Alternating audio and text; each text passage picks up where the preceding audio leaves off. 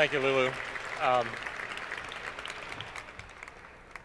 For the people here who work for me, know that it's always not predictable what I will do with a speech.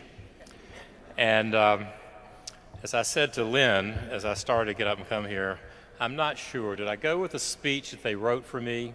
Do I just tell you what I think about China in the group of 100? I think I'll go with what I really think.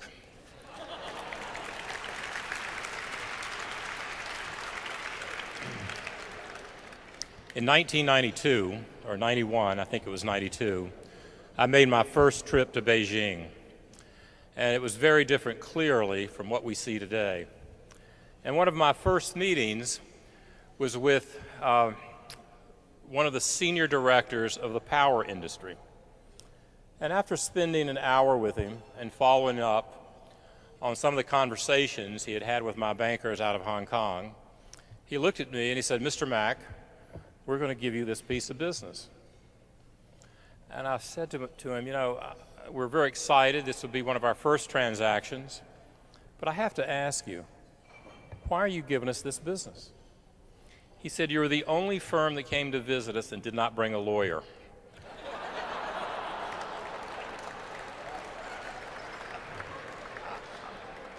I knew then that I could do business in China. But what it really told me, that the Chinese focus on relationships, and they focused on trust. And when you build that trust, you have a friend forever.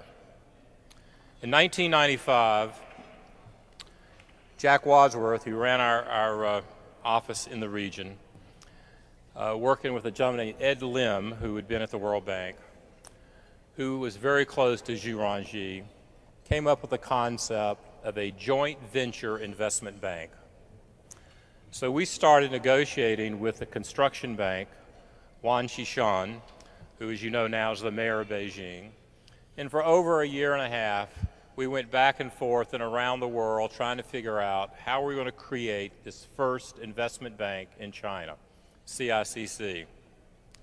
And as I used to say to my fellow workers in Hong Kong, do you understand what we're doing?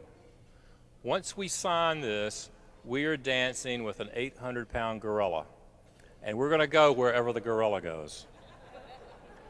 And what I learned in building this relationship, that trust and honesty were the key ingredients for being able to have this venture be so successful.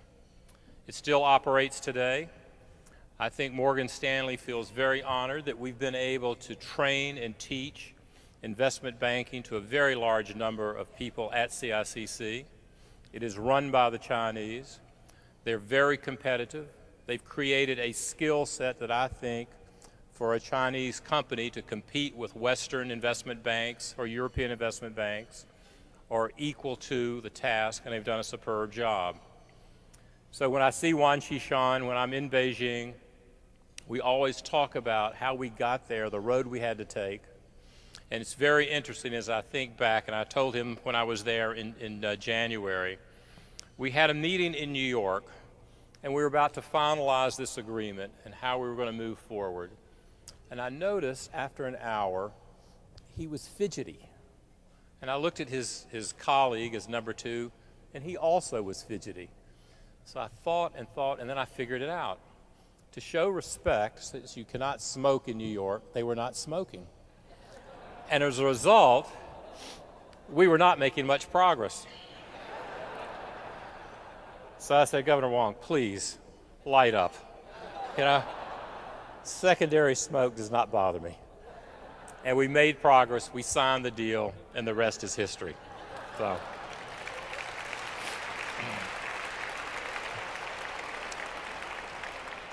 But what I really want to talk about is what you're doing with Committee 100. When I go to China and other parts of the world, but let's talk just about China, I see opportunities for America and China to work together. We each have problems. We each together can solve those problems. The thing that upsets me the most is the lack of focus and understanding by our elected politicians in this country. When I go there, I ask leaders in China to reach out, to invite delegations of our Washington elected officials to come to China, to understand China, to spend time in China. China is too big, America is too big not to have a partnership of understanding and cooperation. Are we going to compete? Without question, we're going to compete. We're going to compete in business, we're going to compete in politics, we're going to compete in getting different factions around the world to agree and side with our view. But competition's good and it's healthy. It has to be done where you understand each culture.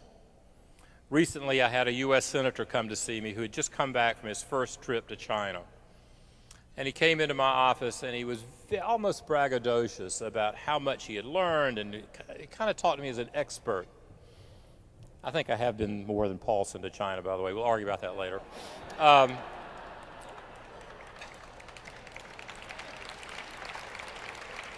So I said to him, Senator, and he was talking about the currency, and he said, I have a better understanding. I'm not going to be as aggressive on this devaluation or evaluation.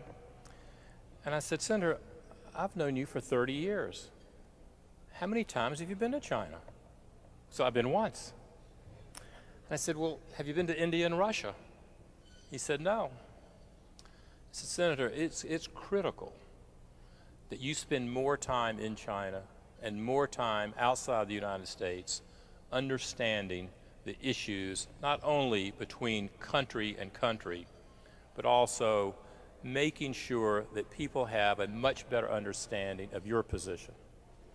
So the next day, a young senator came to see me, and one of the bright hopes of one of the parties, and he spent some time talking to me, and I said, Senator, let me ask you a question. Have you ever been to China? No. Have you been to India? No. All right, one more. Russia? No. He said, but I'm going to Africa next week. I said, that's interesting, but that doesn't count. You need to go to countries like China to understand the role the United States can play in this global economy, these global issues that we all face. We need a strong partnership. I think what you do, a group of 100, to communicate about the areas that we can work together, the similarities in personality.